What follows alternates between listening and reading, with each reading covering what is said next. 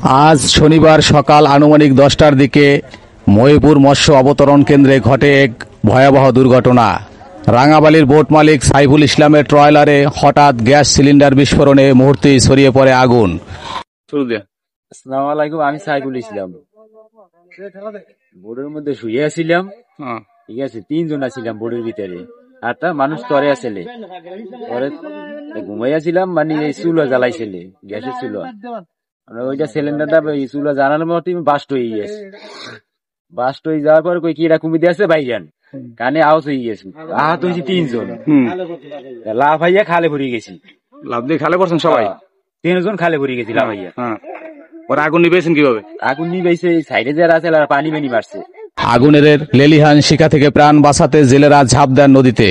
তাদের হৃদয় বিদারক চিৎকারে ছুটে আসেন আশেপাশের মানুষ। তৎক্ষণাৎ সবাই মিলে আগুন নিয়ন্ত্রণে আনার চেষ্টা করেন।